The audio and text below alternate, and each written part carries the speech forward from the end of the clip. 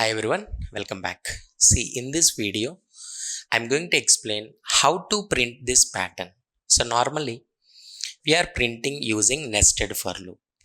Two for loops required. Here, outer loop normally represents number of rows and inner loop is number of columns. Printing the data is possible using inner loop. Simply, you can print. Look at each row horizontally. Just look at each row. Each row starting with which value? Starting with 1. So we have to write inner loop j starting with 1. Each row, because j value is for printing. J equals to 1. Right? And each row ending with which value? Look at this. This is ending. Ending with a different value, na?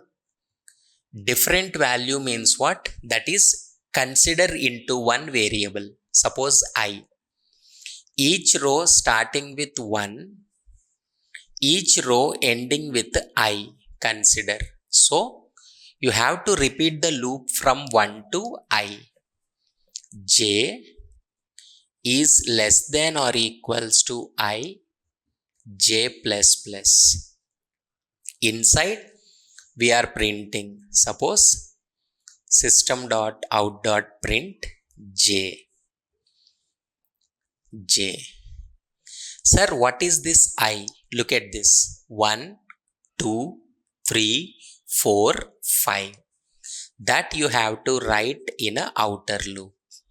For I equals to 1, I less than or equals to 5, I plus plus.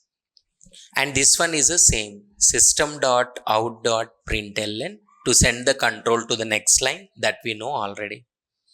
See, once again I am explaining. Here, whenever you look at the pattern each row starting with 1. So, every time row starting with 1.